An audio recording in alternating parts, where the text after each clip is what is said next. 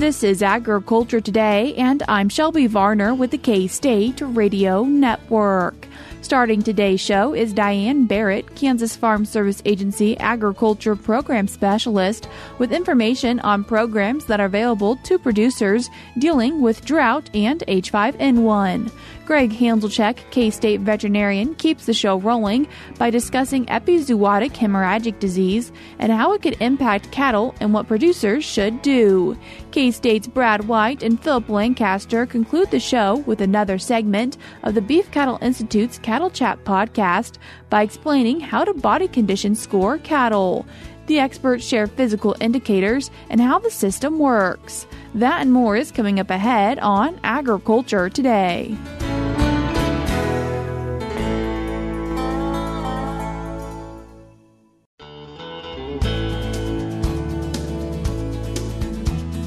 You're tuned in to Agriculture Today, and we start our Wednesday show talking with Kansas Farm Service Agency Agriculture Program Specialist Diane Barrett. Diane, thanks for joining us today. Yes, thank you for giving me the opportunity.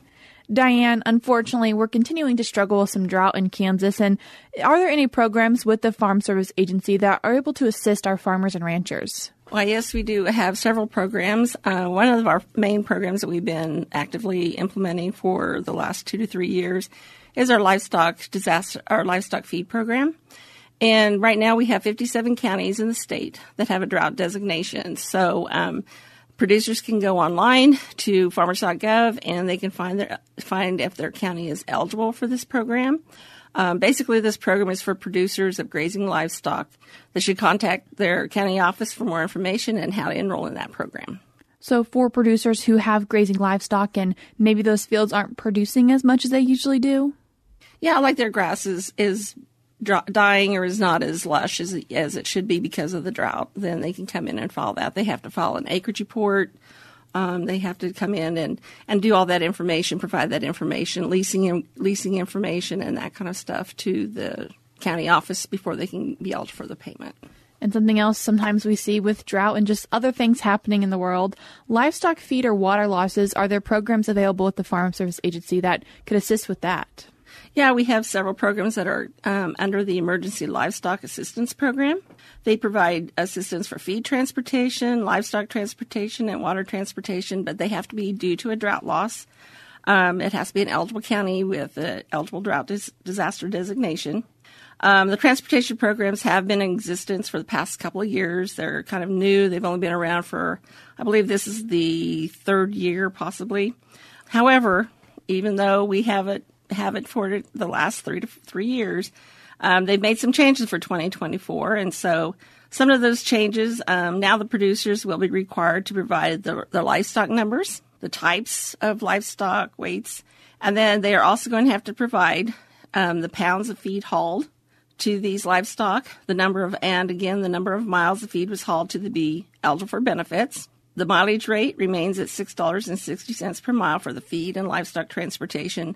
Livestock transportation is when you have to haul your livestock from your current location to another location because of lack of feed.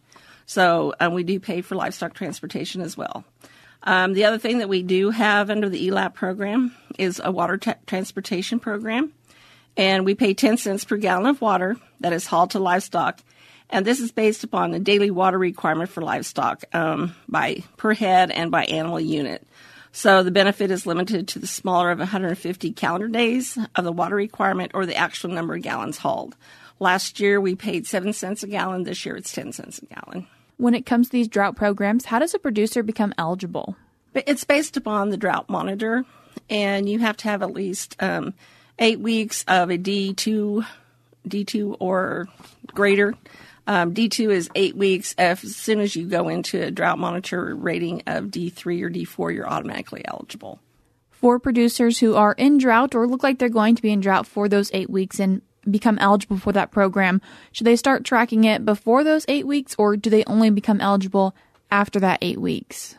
It goes into effect at the 8 weeks. It has to be during a grazing period as well. And also something else that's happening right now, we're continuing to hear about H5N1 breakout in dairy cattle. And is there anything the FSA is doing in terms of that? Yes, we do have a program. It's called the H5N1, part of the ELAP program, and it does have several programs that assist with the loss of milk production for the dairies. What it involves is those producers that are having to remove their dairy cattle from production. And it's because of a confirmed positive test for the H5N1. Then dairy producers would need to provide the date of the loss of production was apparent, such as a sample collection date, because you have to have a test. It has to test positive before you would be eligible for this program. What you're going to have to do then is you're going to come in and you're going to give the number of adult dairy cows that were removed from the production, the month the cows were removed, the producer's share in the milk production, and proof the herd was infected through the H5N1 positive test. Dairy producers should work through their veterinarian for the H5N1 testing. Benefits are paid on this program once the application has been approved, and the USD all milk price is published on the final date of the subsequent calendar year. Currently, this price is available to process payments for livestock removed from production in the months of March through June of 2024. So the payment rate for any livestock that are removed in July will have to wait until the end of August, when that price comes out. Payments are determined on a per head payment rate, and it's based on the all milk price and national milk production published by the National Agricultural Statistics Service. And you get credit for 21 days of no production, 7 days of 50% production. So then we are going to multiply all that to come up with your payment rate. You get a 90% payment rate. Cows must only be removed for one milking cycle to be considered down production. If a producer milks twice a day and removes a cow from the evening milking because of H5N1 positive test, then the cow is considered eligible. Livestock removed from the commercial milking herd due to H5N1 and later culled are also eligible for H5N1. Producers with a confirmed positive H5N1 test can claim eligible livestock removed from the milking herd 14 days prior to the sample collection date through 120 days after the sample collection date for the positive H5N1 test.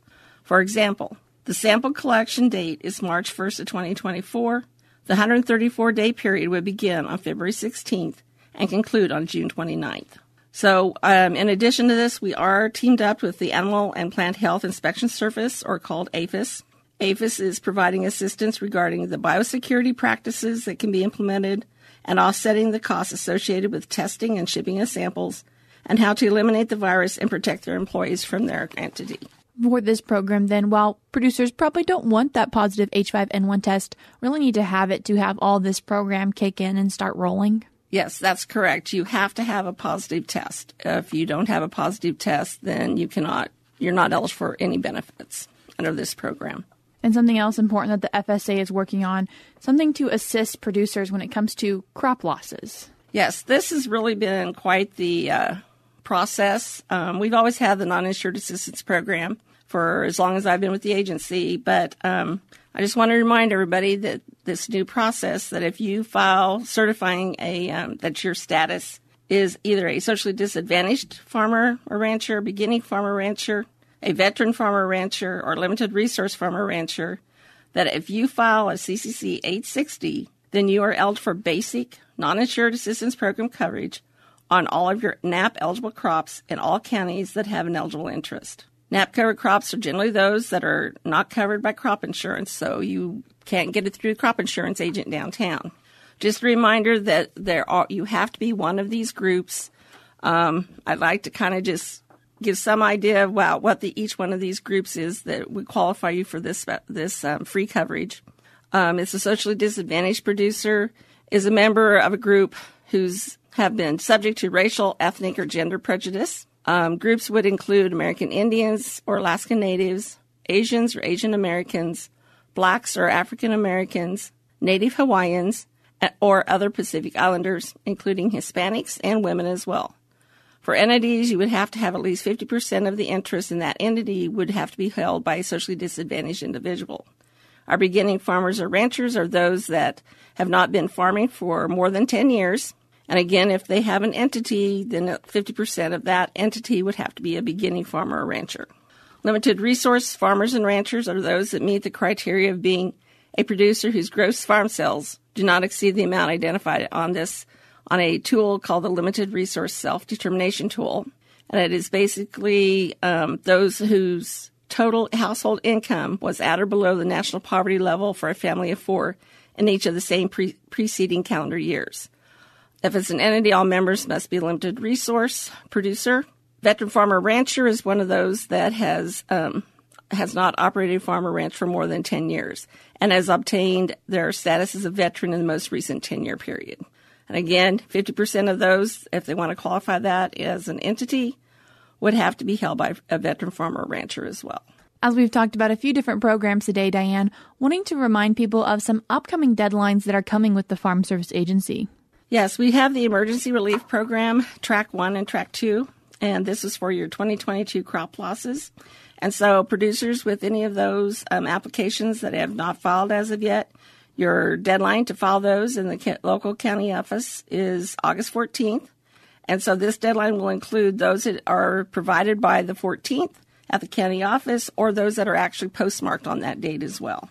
And as always, where can people find out more information about things from the Farm Service Agency? You can find out information about the Farm Service Agency and all the programs that are available through our agency by either going to the local county Farm Service Agency office, and most counties in Kansas have an office, or it may be a shared management or a shared office. So you can go in there. You can also go into www.farmers.gov, and it's full of information. It has all the information on any program that FSA provides. Diane, I appreciate you taking the time to join us today. Yes, thank you very much for the opportunity. That was Kansas Farm Service Agency Agriculture Program Specialist Diane Barrett. We're cutting to a short break now on Agriculture Today, but stick around because we'll be right back.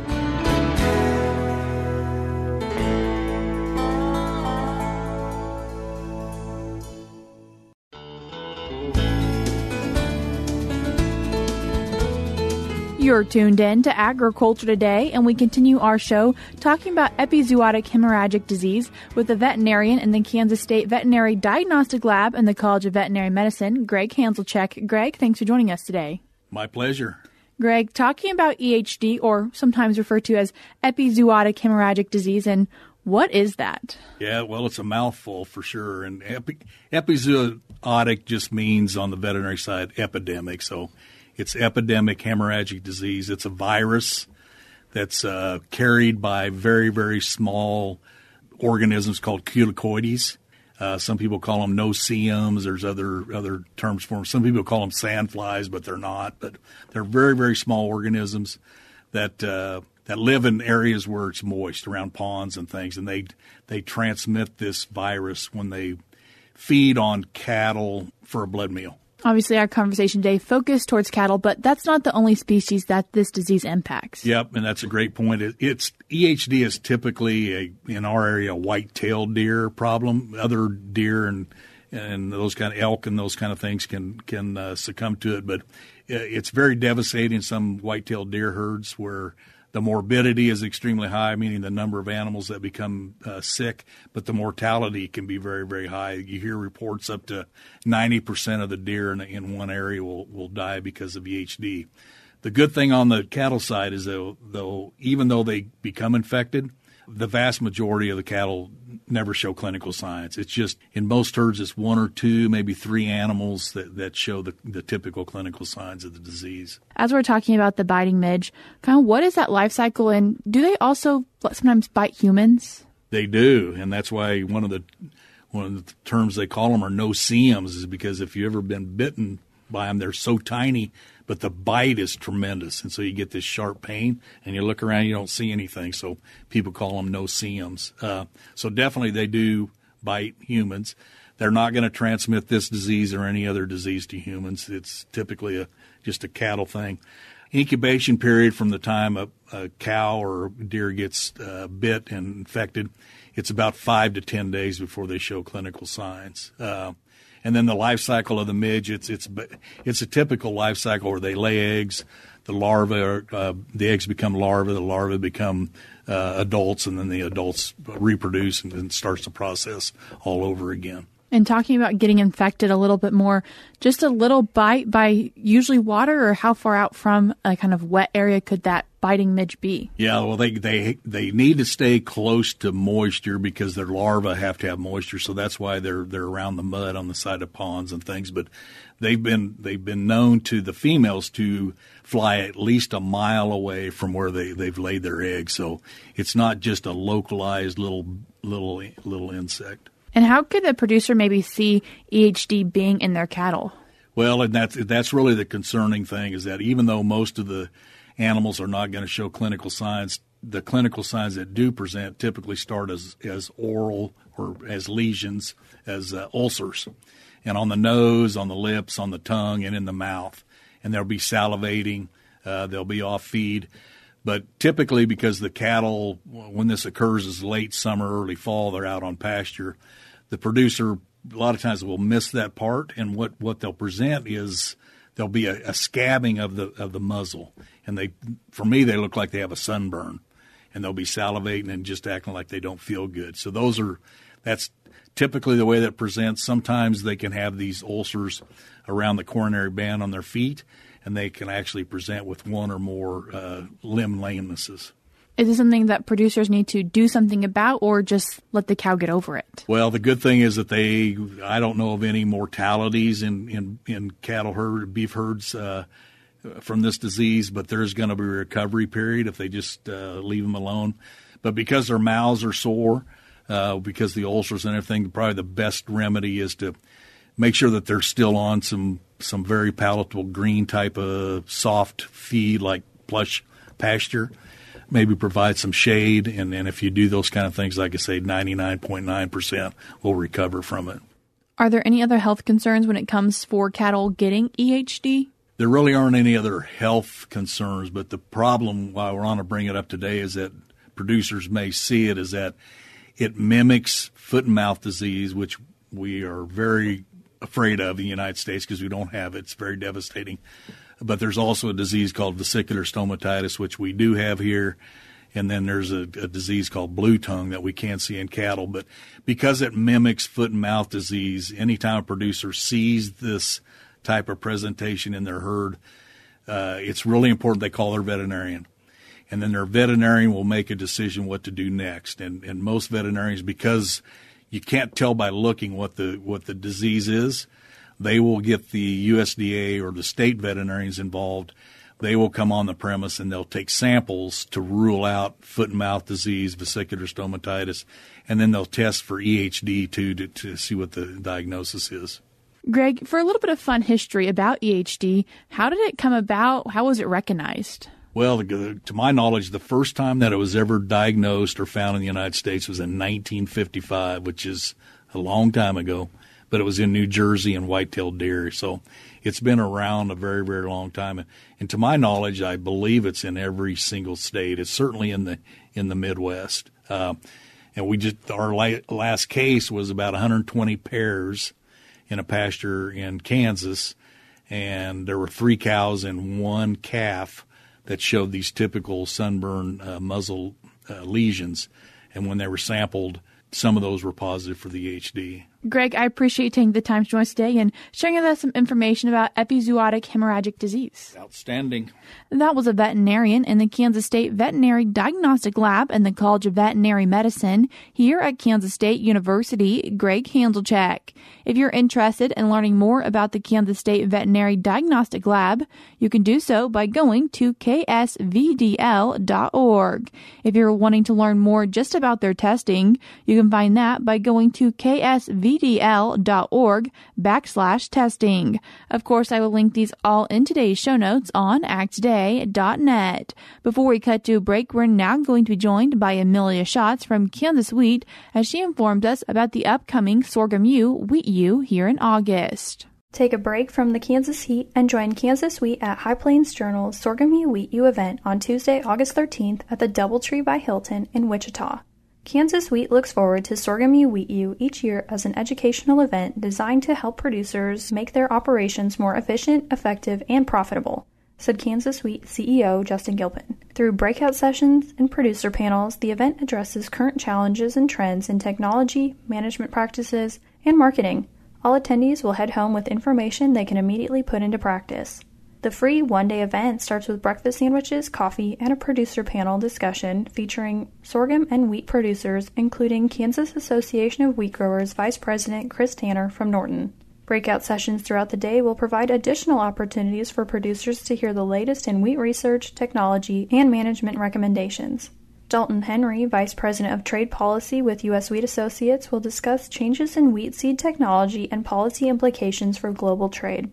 Romulo Lolato, K-State Research and Extension Wheat and Forage Specialist, will provide a rundown of this year's wheat harvest and varietal and practice considerations as Kansas farmers prepare to plant wheat this fall. Kelsey Anderson Onifray, Assistant Professor of Plant Pathology in K-State's College of Agriculture, will provide updates on the diseases that impact the 2024 wheat crop.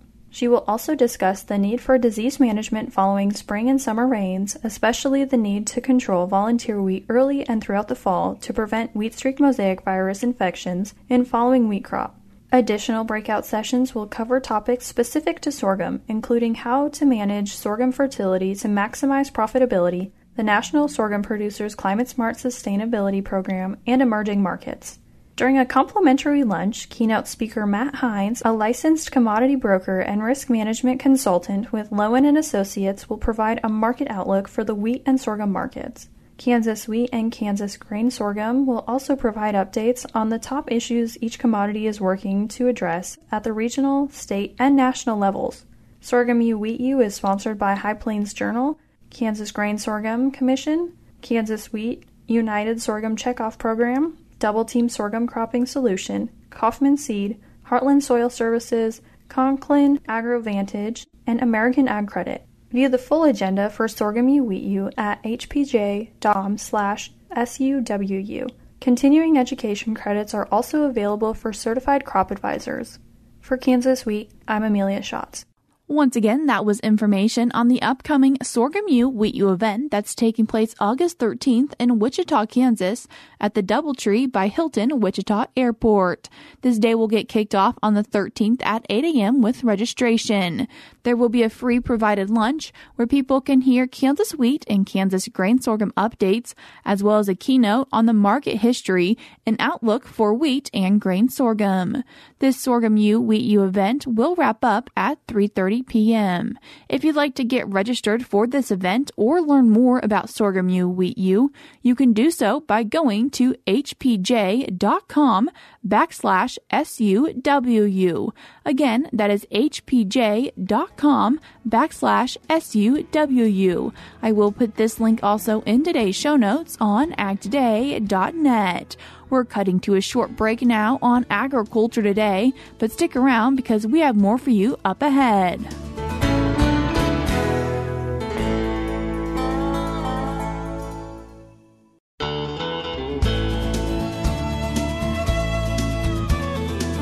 You're tuned in to Agriculture Today. I'm Jacob Cloughton for Shelby Varner, and we end today's show with Brad White and Phillip Lancaster from the Beef Cattle Institute. Phillip, I wanted to ask you, we talk a lot about body condition score, and we have never really given a how-to. If you have someone that's new, and I'll give you this scenario that I'm new to the industry, people talk about body score, tell me how to do it. And the tricky part for you is I'm not going to let you show any pictures. So body condition score is our way of visually trying to assess how much body fat a cow has. So you're trying to look at how much flesh does she have, because the amount of body fat tells us a lot about her nutritional status over the last however many weeks, months. It's related to how her body functions from a reproductive standpoint.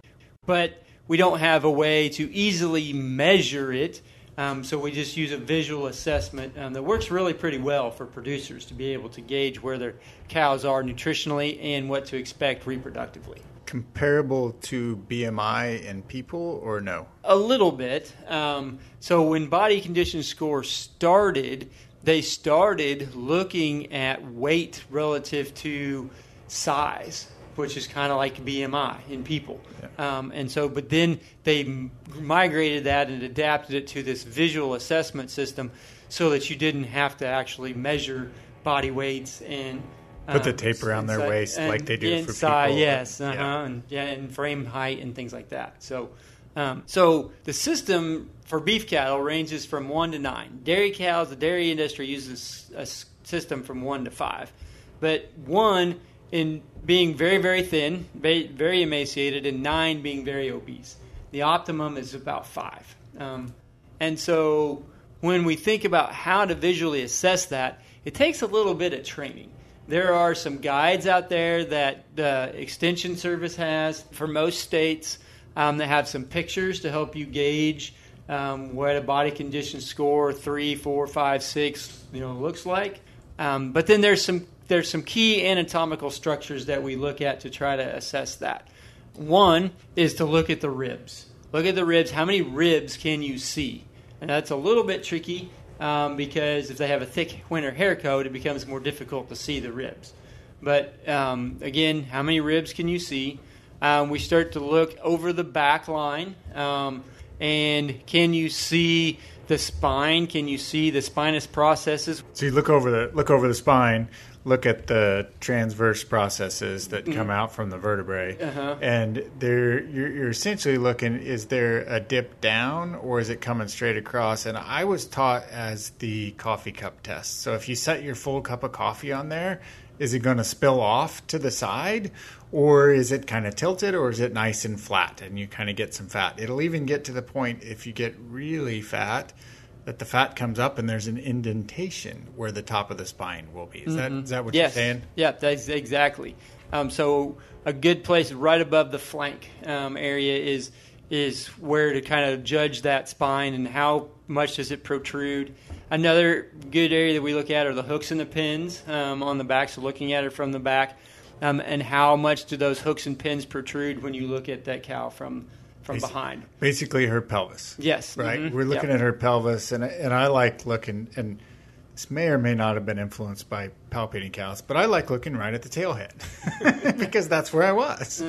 So that tailhead, if you have a nice indentation there around that tailhead and you don't see any fat, you want to get a good look at the ribs and other characteristics, but you may be closer to a 4.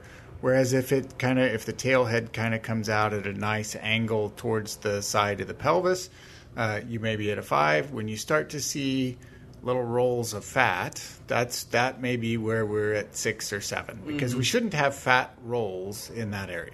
No, those are finishing cattle when we start to get fat rolls in that area. Exactly. Thanks, Phillip. Great description of that, even without pictures. You managed to describe to us what a body score looks like. That's all we have for now on Agriculture Today, but we'll be back with more for you tomorrow.